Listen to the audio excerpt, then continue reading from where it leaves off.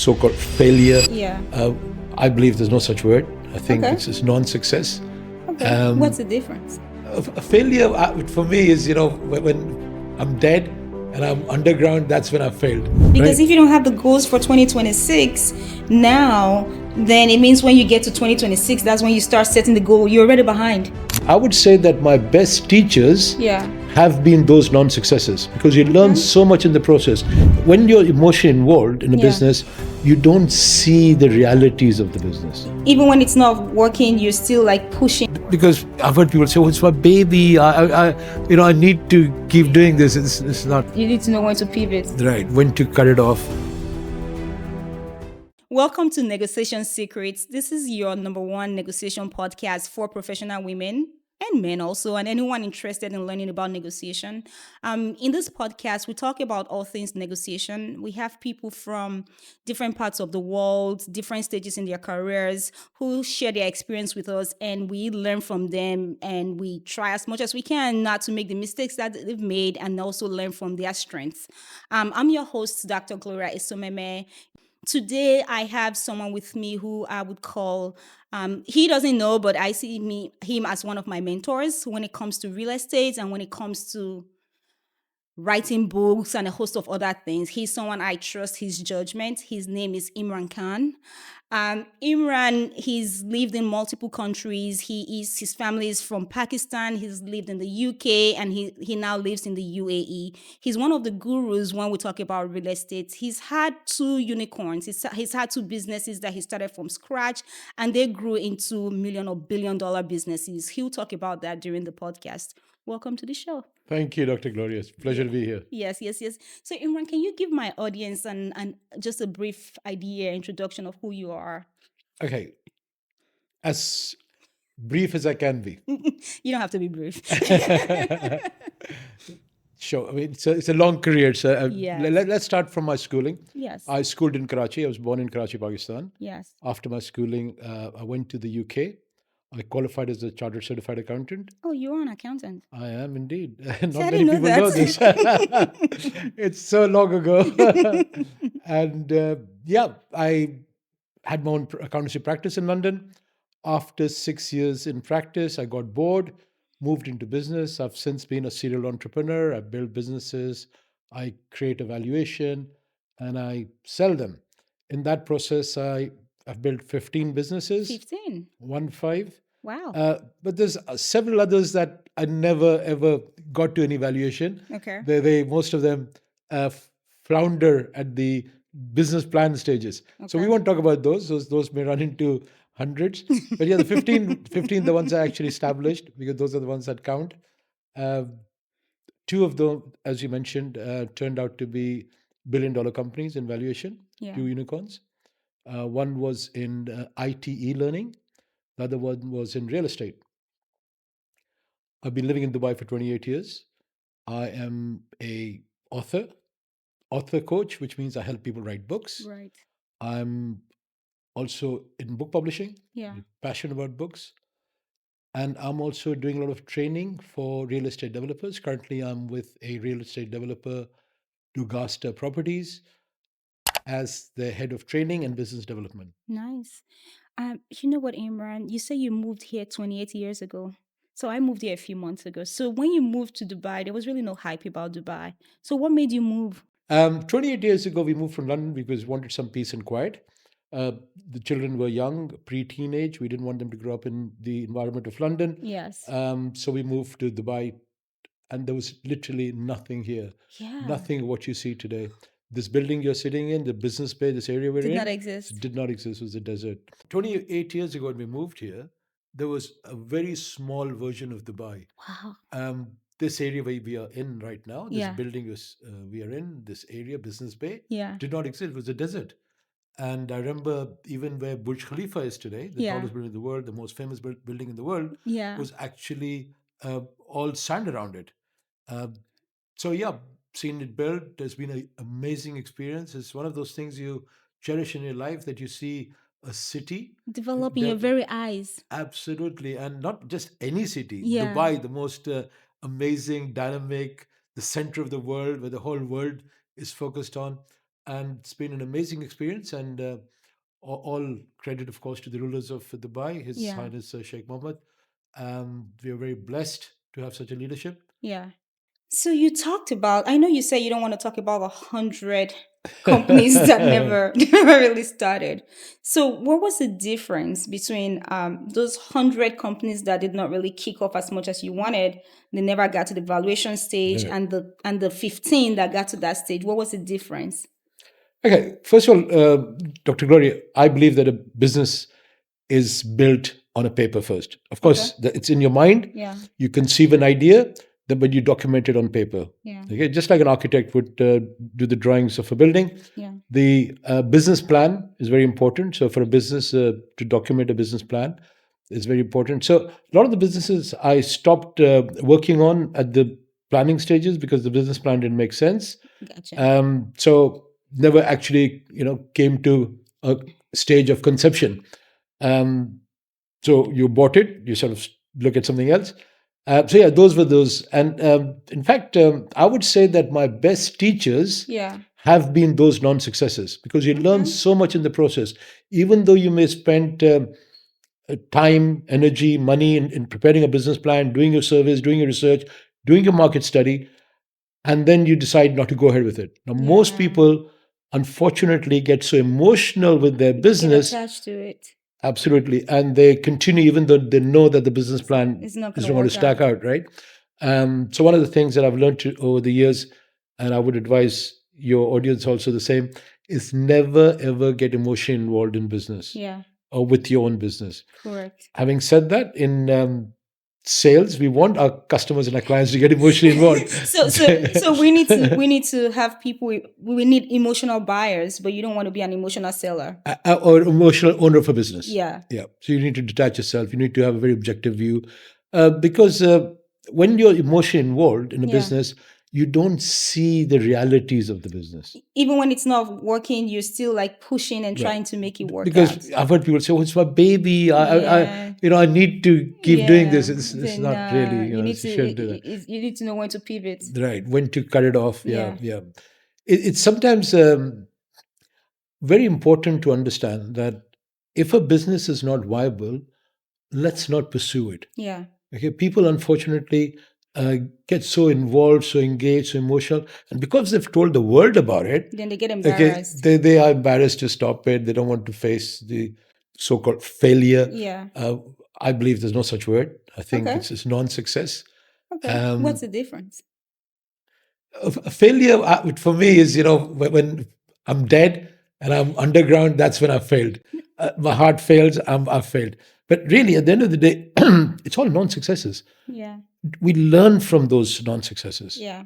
I mean, to quote Thomas Edison, He did the light bulb like, a million times before Right. he finally. But he then, always said that I've successfully discovered the how way not the to light do bulb it. doesn't work. Yeah. Yeah. So that's what it's all about.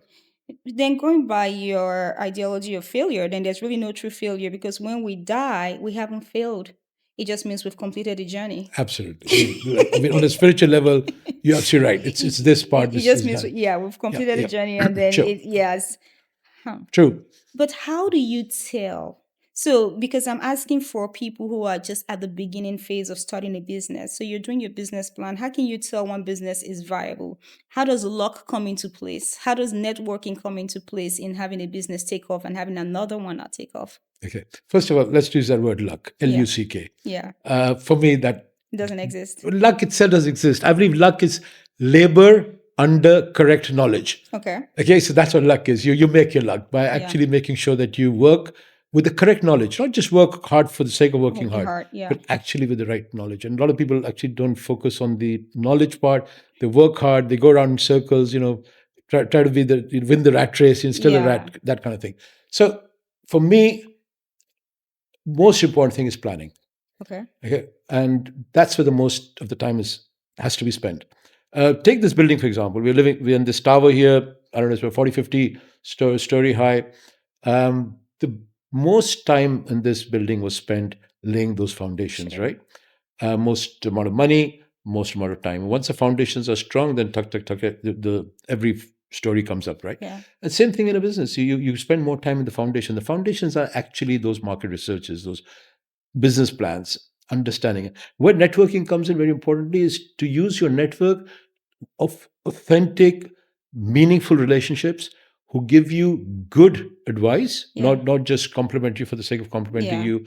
They don't just praise you because you're a friend. They want you to feel good. Right. Yeah. Not those kind of networks. I'm talking about your mastermind group type network, Correct. right? Your close ones who are going to be honest with you, Yeah. going to tell you they don't think it's going to work, or they think that this is wrong with it. Maybe those areas are where you need your network to give you that advice, that feedback before you go out in the market.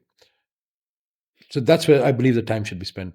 Okay. So the time should be spent in really doing like the market survey. So that's when you're doing the market survey, you're having people who are more experienced and who would be honest with you. They look at the business plan and then they say, you know what, there's really no market for this service that you're trying to create. Why we create that? Or there's someone who's bigger out there who will just swallow you up if you go into this market. So there's no point in going in there at all. Yeah, absolutely. And just to give you an example, Okay. last night I was at a networking event.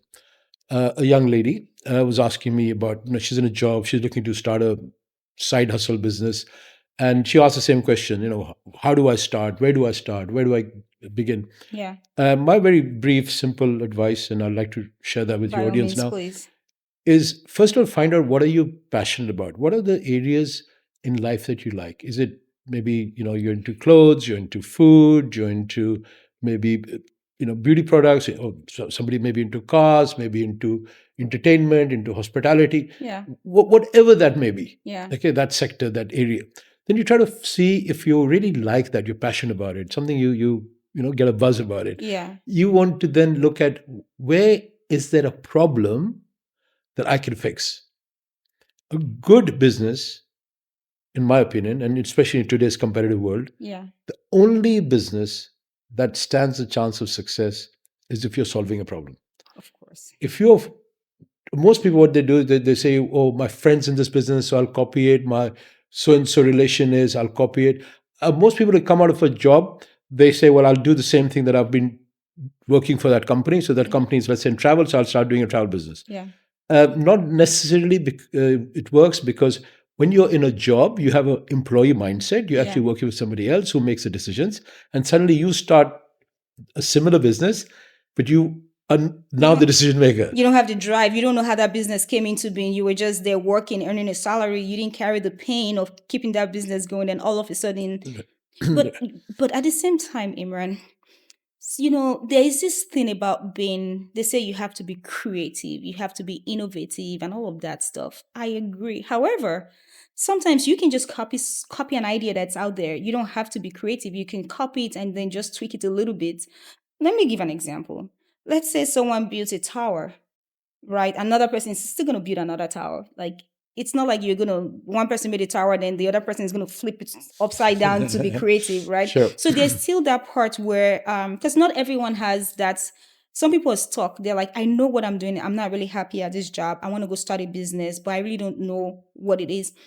Personally, I don't have the experience that you have, but personally, I would think there's nothing wrong with you seeing a business and say, you know what, I can still do something similar, but maybe it's a different market. Maybe I can tweak one of their products. What's your thoughts about that? For sure. Then you're not copying it. If you're going to tweak a product, you're going to improve it.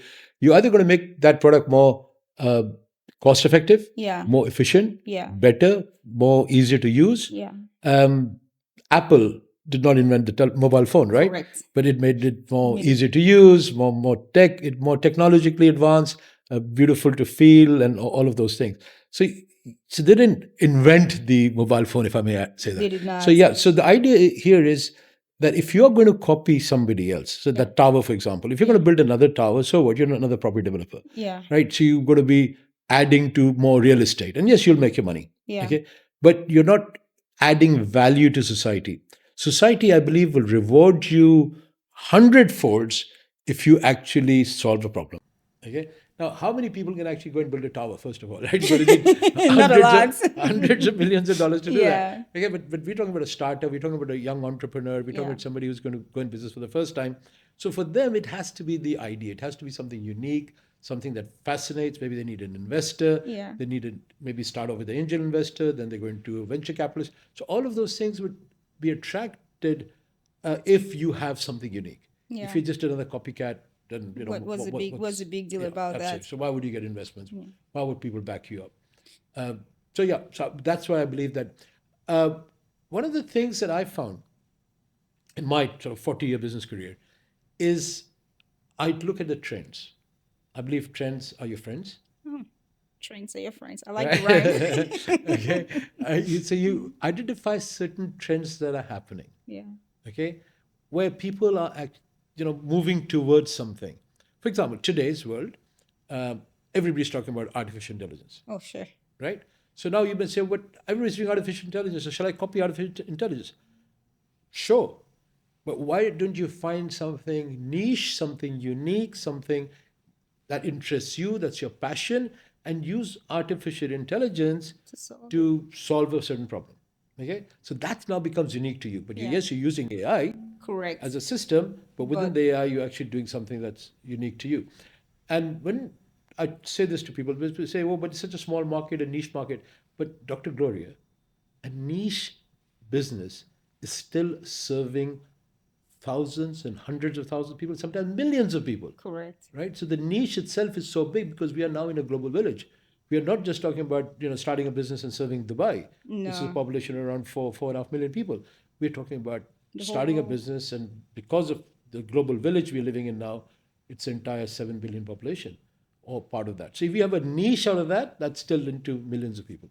We talked about failure, but there's a way you rephrase failure. You say it's just non-success, or how you called it, so can you give an example of an experience that you learned from? You like this happened, but you were able to take that experience and pivot, and then it became something that led to a bigger experience.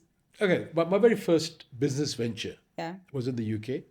At the time, I was running my accountancy practice. I was at the stage where I was getting bored with it. Uh, I'd become an instrument of the government. So I was doing auditing and accounting and tax work because the government requires that function to be served. Yeah. I was not really adding value to my clients. You were. Well, only because the government wanted it done, Yeah. right? That's a good business. Yeah, well, it is. Again, for me, it became You got boring. bored. Yeah, so obviously people make a great living out of it, Yeah. especially where in countries where the It's required. it's You go to required. you go to jail if you don't do your Sure, taxes. sure, Yeah. sure. So I mean, they serve a useful purpose, but for me, it was not challenging enough. I see. So being a Muslim living in London in the mid 80s, the biggest challenge was to find quality frozen halal food, processed Ah. or semi-processed into kebabs, burgers, or chicken Yeah. nuggets. So this was didn't exist in the supermarkets. Some butcher shops, halal butcher shops, had these, okay, but it was very much a cottage But it industry was type not there thing. in all the It supermarkets. was nothing in the supermarket. Okay, in fact, ethnic food in London at the time was very very small scale. Okay, and there was a huge population of people from the subcontinent Yeah. and a huge population of the Muslims from around the world who live in London. These people are not being served. So, in discussion with a group of friends, we thought, why don't we start something like this? So we started first on a very small scale, but we realized that and this is where I'm coming to your question, is we started on a small scale, but we realized in order for the business to be successful, it had to be industrialized. So Okay. we need to have machinery that actually would do it faster, because Of when you course. start putting this stuff out into the supermarkets, you need You to do need it on volume. volume numbers, absolutely. Yeah. And just on a small scale, it was viable. So that's what we learned. Okay, we thought we'd do low budget, we'll experiment, we'll test it, and during that process, we realized that it's not going to be viable financially. So it doesn't make sense. So therefore, we had to then invest more money. We built a factory. We Oh, built machinery to actually do these things. And 2 years later, we sold that business. The company who bought that business are today the leading ethnic food manufacturers, suppliers to the UK supermarkets all across UK. really? I believe we could not have done that because they have, other, uh, curries and different recipes. But Yeah. ours was to that level, Yeah. and that's been one of my, I suppose, uh, behavior pattern, if if I may use that word. Yeah. Where I build a business, I get bored. Once a business is running, I get bored. I want another challenge. I want another trend. So it's just the boredom that, because I was going to ask you, how do you know when it's time to scale a business, or when it's time to let that business, when it's time to sell, or when it's time to close it completely? When the business doesn't need my involvement, it's running itself. Yeah.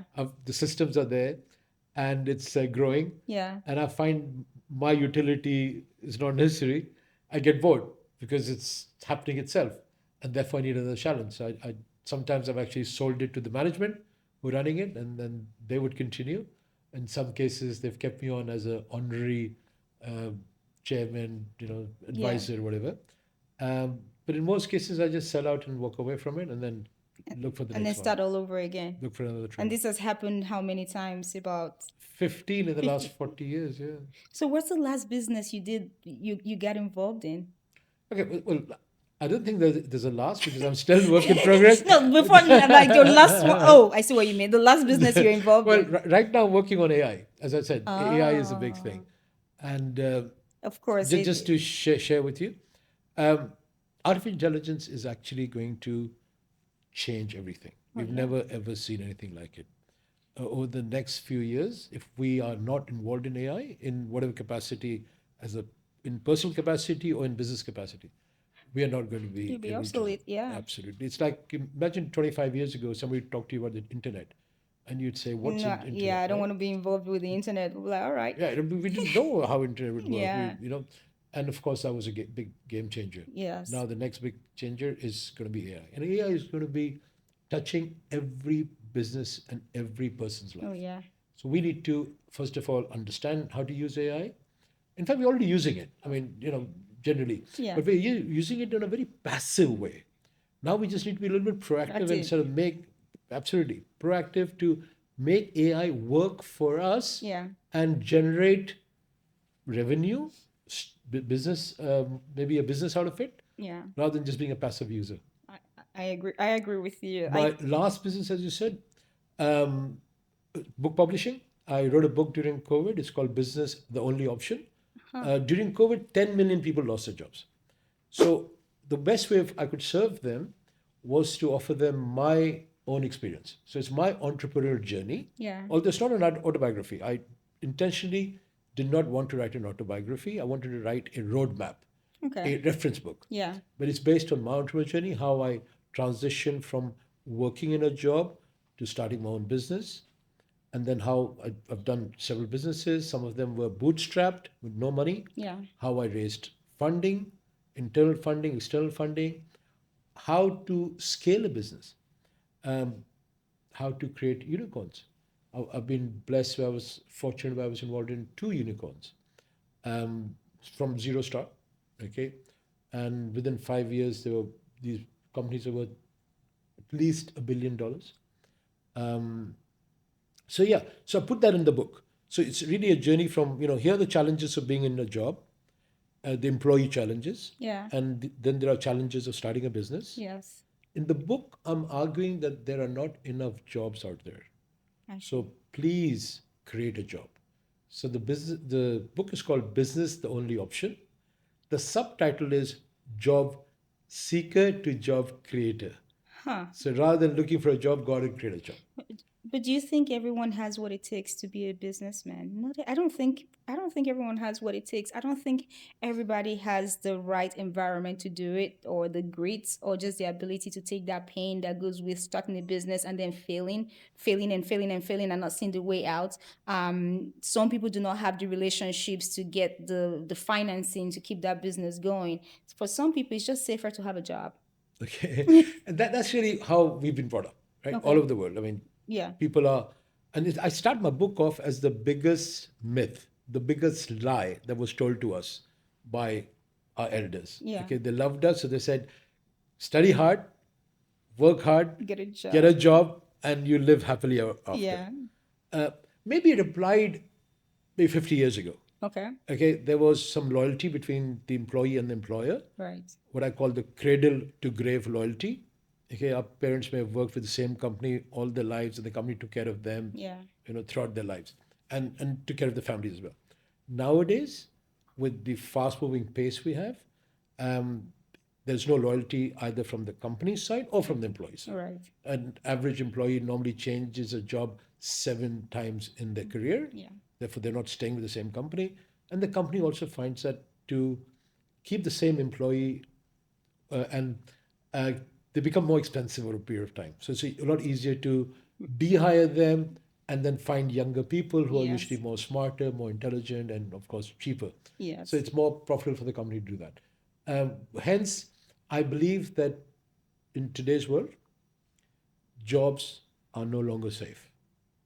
In fact, I believe that a business owner, an entrepreneur, is taking less risks. You think so, really? Yeah, let me Well, you wrote explain. a book, though, Yeah, so apparently you. Let me explain that. Yeah. Okay, see, in a job, you're not in control.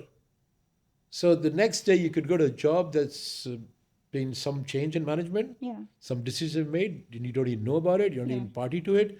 Somebody else decides Yeah. that you're no longer required. Yeah. Okay, maybe if it's a good company, they may pay you 1 or 2 months They give you some severance severance pay and yeah, then. and you're out. And then it's difficult to look for another job because it's so competitive. But if you're, on the other hand, if you're in business, Yeah. if you lose a client or a customer, Yeah. there's always the next one around the corner, right? You the So someone skills. can still argue there's another job around the corner. Well, is there really? I mean, it's increasingly difficult It is. to get a Yes, job, it is. right? It is difficult. And how secure is the next job? How secure is the next customer? Yeah, but So I think it's 50 the skills the skills that you learn in business. Yeah. Like, remember, fundamentally, every business is the same. Okay. Okay? So we need to understand whether you're a small business or a Larger scale. Yeah. multinational business, and whatever sector, the fundamentals of business are the same. The same things are required, and it all happens here. Okay. It's a mindset. The difference between a employee mindset and an entrepreneurial mindset. That's all it's about. So all I believe people need to learn is how to be an entrepreneur. Even if you're working in a job, you need to have an entrepreneurial approach to your job. Yeah. We call them entrepreneurs. Correct. Right? People who work in an organization, but within that organization, they actually feel that this is They have a sense of ownership. ownership, contribution, Yeah. and they get rewarded, they get recognized. They're not just punching time in. Right? Correct. So you can be an entrepreneur in a job. So if you lose that job, Yeah. you've already developed the mindset. So now I agree with you 100% because some people do not have that mindset. They go to work and all they care about is the paycheck. Yep, Right. absolutely. Yeah. And so once you have that mindset and you say, oh, well, now I want to go own my business, it would be a struggle because it's a different mindset completely. Absolutely. It's all about the mind. It's Yes. not about the environment. No, It's not about, that customer goes, where do you get another customer? It's your mindset. it's a mindset. And those traits you develop as Yeah. an entrepreneur, those strengthen you. And you can apply those traits to anything. The bottom line is this: are you in control of your life Yeah. in a job? Or are you in a better control if you're running your own business? Yeah, you have more control. Then what traits, so what traits do you think are necessary to have your own business, to be an entrepreneur? First thing, most important, is discipline. Okay. Okay? And of course, a lot of people are not self-disciplined. It's hard. As a child, we are disciplined by our Our parents, parents. then our schools, our universities, then our employers. You get a job, you have to show up or you get Right. in trouble. So, Yes. so what we need to learn is self-discipline. Discipline. Yeah. Give me a person who's got self-discipline, I can teach them anything you want. But give me a highly intelligent, super energetic person With who no does not have the discipline, discipline. I can't do anything with them. Yeah. Okay? So yeah, self-discipline is obviously the most important trait. And understanding that there is no limit to what I can do. Okay? It's self-belief. Yeah. Okay? If you can conceive, you can achieve. Correct. With those attitudes, Yeah. those are the traits. Being positive all the time. Yeah. Not giving up. Not giving up. Great. Right. It's very important. Yes. Right. In fact, a business person takes less risks than an employee does. A well-developed business person. Someone who has the right mindset. Because So learn the mindset. Yeah. It's, It Imran, because you know the experience you have. You think it's easy for you started so many businesses, right? Some you started on paper. You had the discipline and the intellect to know this is not going to work out. I'm going to let it go. You didn't attach emotions to it. You started some that turned into unicorns. That's not the story of everybody. We can be. You think it can? Absolutely. It So, can, but it will not okay, be. I don't come from a business family. Okay, I come from very much a regimental family. Yeah. My father, uncles, everybody's military backgrounds. Yeah. So these are not business people. Right. Okay, they just follow orders, and that's how I grew up. I know people who come from business families. In Yeah. fact, in my book, I say if you are from those families where you learnt your business at the knees of your fathers and grandfathers, and every culture has that, every country Oh have yeah. those There's people. apprenticeship. Yeah. Kids and those families start doing business when they're like 10, 12, 14 years old, right? Yes. And they actually grow into that business environment. Yeah. They don't need to do an MBA. They don't need to read books. They don't need to get any Because they have real life mentorship because experience. they've got the mentorship of their Yeah. elders, their parents, or the father or the grandfathers. So and I said this in my book, if you're from that background, leave this book alone. This book is not for you, okay? Because you won't learn anything from that book, I see what you mean. right? Because you've got Got it. it. Yes. Okay. Yeah. But there's so few of these people. And you look at these people, you'll see what are the traits they have. Yeah. Okay. They have all these common traits. In fact, the very first book I read when I was 16 years old was a book called Think and Grow Grow Rich rich. by Napoleon Hill. Yes. Classic. I love that Yeah. book. Yeah. It was my first book. Of course, when I first read it, I didn't understand it. Okay. But as I, over the years, read it so many times, what is that book talking about? Napoleon Hill himself was a journalist. He went out then interviewed all the richest people in America, the most successful people. By the way, when I say success, I'm here in the business sense talking about people who are successful in their business. Yeah. Okay, it doesn't mean they're successful in life Correct. overall, right? So we just do it Let's define what we're calling right, success right, right now. for this Yeah. For purpose, this right? In purpose. this Yes. context, it's about business success. It's about Yes. people who create wealth, people who create businesses. Yeah. So he interviewed these people in America, the richest people. At that time, millionaire was a big thing, Was it? right? This is about Yeah. 100 years ago now, Yeah. just over 100 years ago. And he documented all their characteristics and traits. Okay? So if we actually look at that, what he found in that book, that still applies today, Of course. right? To have goals. Okay. Now, how many people in the world today understand the importance of goals? Yeah. Our schools, colleges, universities do not teach us goal setting. Hmm. The biggest thing that they want us to do is get those grades, right? That becomes a goal. Yeah. But people don't have purpose Personal of goals. life. Yeah. They don't have, they'll plan a holiday, but they won't plan their life, if you know what I mean, right? So to have a goal, to see the importance of goal, where do I want to see myself 10 years from now, 5 years from now, 3 years, one Yeah. month, 1 year, 1 month, today, tomorrow. Now, today, we are in October Right. 2025. For me, 2026 has Has already already started. started. Yes. Because Right. if you don't have the goals for 2026 now, then it means when you get to 2026, that's when you start setting the goal. You're already behind. Yep. Do a survey.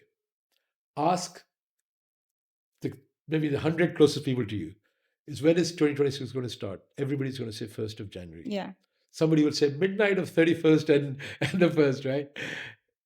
Nobody's going to tell you it's already Yeah. started. Because setting goals is not just you don't set goals just for the purpose of setting goals. You set goals with actions that you need to carry out to You fulfill need to those goals. plan. Yeah. You need to have a So plan. yeah. The goal has to be broken down into a plan, action. Correct. And if right? you set it on the day the goal is supposed to start, you're already behind. Absolutely.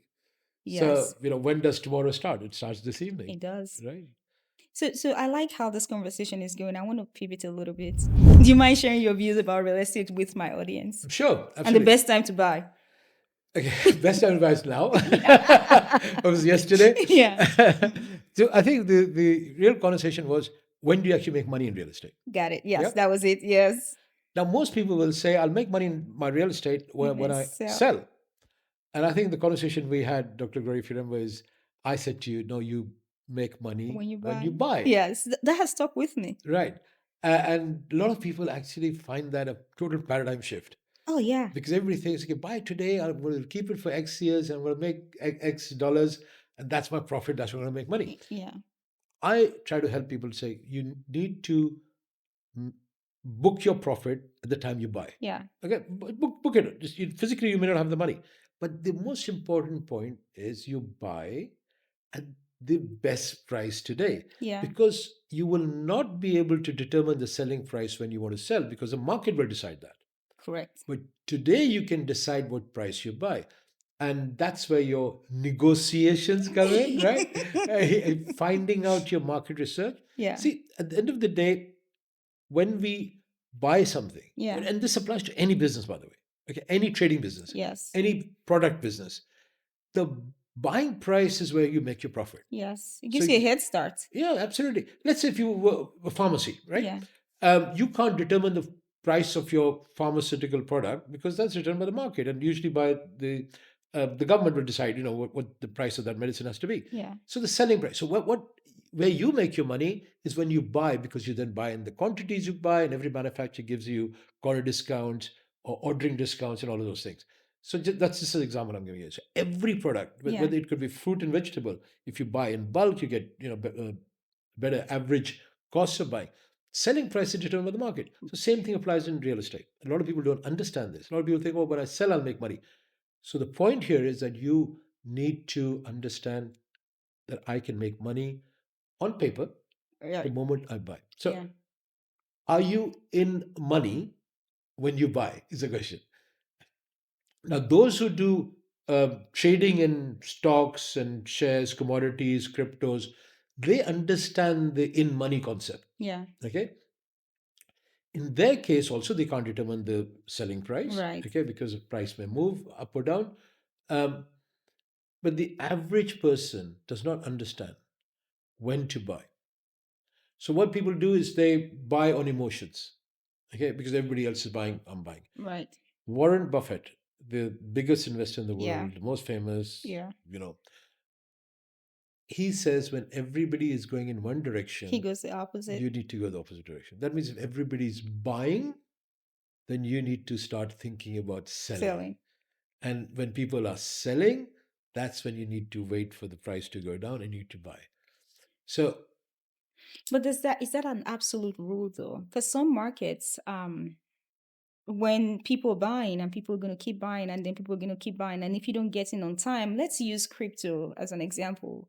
When the Bitcoin was like, it was, I remember I had someone who was telling me, this was in 2018, not too long ago, but he was telling me, Gloria, I think you should buy Bitcoin. He was like, let's open the account. He did it. I was like, eh. And people kept buying and they kept buying and kept buying. And, so was that the time to sell? cryptos, shares, stock Yeah. market, you can average out your Yes. costs, right? Yes. You buy at different levels or you sell at different levels and you average it out. Yeah. Because I'm Um, asking because my audience, I want them to be clear before so they know they get the right wisdom from what you're saying. They don't run with the wrong so information. remember I said to you, trends are your friends. Trends So are your friends. you need to look at what the trends are. Yes. Okay, Bitcoin has gone up to over $100,000. Today it's around Yes. 67 so something $1,000, right? So when should you have bought? So you need to look at the trends. Yeah. Also it depends on are you a short-term investor or a long-term Become investor. investor. Yeah. If you're a long-term investor and you're prepared to hold on to it and you have no pressure in liquidating, Yeah. then you could ride out the ups and downs that happens, because Yes. over a period of time the trends will always be upward, especially in real estate. Okay, Yes. I'm not a big fan of crypto. I'm not really invested in crypto for mainly the reason that I believe it's not something I can understand clearly, because there's so much happening We're behind the we're very scenes. we're very similar. I don't understand it so Right. much. Yeah. And I believe there's so much hype and speculation around it. So it's more of a gamble. So if somebody was going to do crypto, I would say, be prepared that if you are going to do crypto or any of these commodity markets as well, where you're not physically owning the commodity and you're playing the markets, Yeah. make sure you have that money as um, Something that you can let afford go to of. lose. Yes. Yeah. Yeah. So don't, but some people actually start making some money. They see it grow. They start putting their More into family it. jewelry and the the And some people have gotten really lucky from crypto. They've made millions from crypto. my thing. Remember what luck? Labor under correct knowledge. Did they get lucky or They just were at the right place at the right time and did something. Can they repeat it though? You see, everybody gets a chance in life, maybe once or twice, where you can actually make your fortune. But can you repeat it? Hmm. Can do they have a system? Yeah. So if they lose that money, and with the great respect to all these people who made a lot of money in crypto or any one deal, Yeah. one time, even in real estate, I know a lot of people who made that big deal, Yeah. but just happened. But can they repeat it? Yeah. Okay, and if you can't repeat it, if you can't duplicate it, if you don't have a system to do it over and over and over It again, was just a game of chance. then it's not a business, is it? Yeah, it's not a system. Yeah. Yeah. So my point here is today, if you want to talk about business, then it has to be something that you can repeat and you Reproduce. can do it. Yeah. Um, so coming back to real estate, Yeah. when is a good time to buy? Obviously, like I would say now, because I believe in real estate, especially Dubai real estate. Yeah. Okay. The reason is Dubai is a growing city, Tell me about it. I right? moved here. People, yeah, absolutely. And people like you are coming by, and intelligent, productive contributors, wealthy people, highly educated people are coming in. Yes. 30 years ago, there was a difference. The 30 years ago, people used to come here to do jobs. Now people are coming here to live here. Yeah. So it's a big transition over the last Few 30 years that years. I've seen. Okay, so now people are coming here because they're seeing Dubai as the next home. They're going to live here. So, of course, therefore, people need housing. Yeah. People need all the infrastructure that goes around with that. So Dubai has the huge potential because it's the safest city in the world, because the taxes are low, because we have the stability economically and politically. So people want all those things, which they're not getting in some other parts of the world. Okay, therefore, housing is in demand. Let me ask you something, still in the line of real estate, right? So, in real estate, you said the best time to buy is when you make the most profit when you buy. So how would you say, what would you say has been your number one negotiation secrets when you negotiate? First of all, I mean, in any negotiation, now whether this is a Yeah. business negotiation, I negotiate with my wife, my You children, my get it. You friends. see, few people understand it the way you do. Yeah. So negotiation skills are first and fundamentally, I believe, you want to negotiate from a position of uh, friendship. Yes. Okay, so the person I'm negotiating with, Yeah. whoever that person may be, could be a business owner, could be a somebody who's a hard stone businessman, and I want to, or businesswoman, and I want to negotiate a better deal. Yes. First, I'm going to get them to like me, Yes. right? I want to create some humor. Yes. I want them to trust me, Correct. right? So they would like to do business with me. You're right. So my negotiation skills is get people to know me, like me, and And trust trust me, you. and then they don't want to be in business with me. That's right. Then it's not so much a negotiation. That's so much, well, you really want me to buy your property, right? Or you really want me to buy your product or whatever you're selling because I'm going to add value to you, because I'm going to use your product. I'm going to tell my friends about it.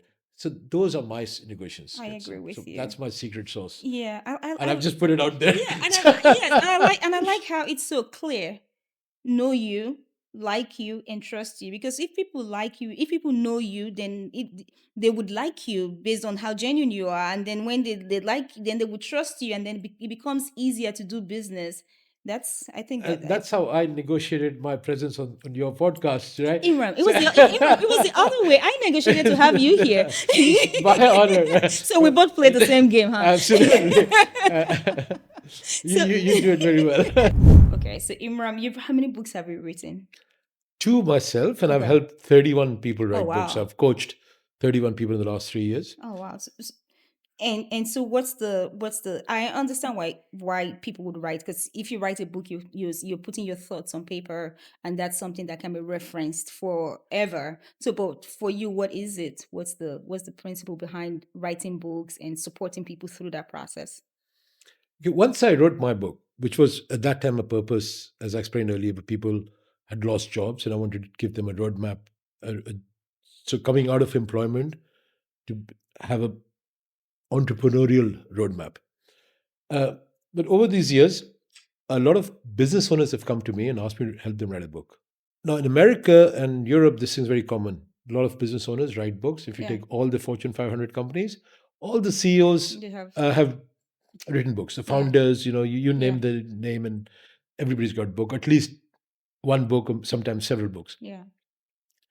But this part of the world, this culture is not a common thing.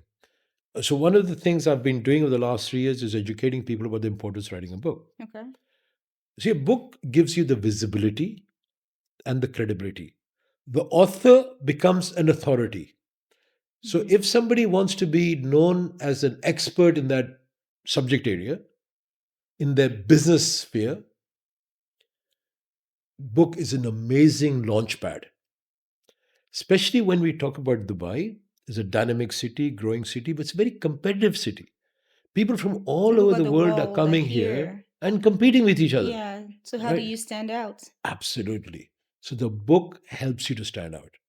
So do you formally help people write books? Absolutely. I had a 3 hour session with individuals. Yeah, It's a one on one question. Your book is so unique, so of course, personalized. And all my coaching is about non-fiction. of course. Okay. Because I want to have my author to use the book as a marketing tool. Okay. It's the best marketing tool. It opens up doors. You send that book to somebody that you want to meet, um, they will want to meet you because you're an author. Yeah, We authors are very respected, right? of course. So that perception is there. So I teach people why they should write a book, first of all, just to make sure they understand the purpose. Who are they writing for? What's the target audience? Because that has to be very specific. Yeah, you can speak to everybody. And what do you want to write? Yeah. Okay. People don't necessarily want your life story. What they want is the The lessons lessons. from your life story, Yeah, right? yeah. And how did you get to who you are? Yeah, and how What's can they transfer those? How can they learn or take that lesson and apply it to their life? Yeah, absolutely. absolutely. And the easiest part then is how to write the book. Yeah. I have taught people how to write a book in 39 hours, a 200-page book, just through a system. Most people think writing a book is, where do I begin? It's like elephant. Where do I start? But when you break a book down Yeah. into, let's say an average book is 10 to 12 chapters, you break it down into a chapter, then you break that chapter down into sub chapters. You're actually writing a sub chapter and build on that to complete a chapter. Then you write 10 or 12 chapters, you got a book. Just like any journey, you start with a step and then take the next one and take the next one. But Absolutely. what you help people do is you help them break the journey into bits and pieces that becomes easier to achieve rather than look at the whole journey. How am I going to work from here to the other place? You say, you know what, why don't you take 10 steps today? Tomorrow take another 10 steps, but you give them a roadmap. Absolutely. That's phenomenal. So, one of the things in life, I was talking to somebody yesterday, we learned everything through a teacher. Yeah, Okay. Maybe in our school, college, university. Even when we learned to drive, somebody actually taught us how to of drive. course. But we go through life without a coach or a mentor. Yeah. So isn't that the missing ingredient in most people's life? I think it is missing. I think having a coach, because I coach women how to negotiate.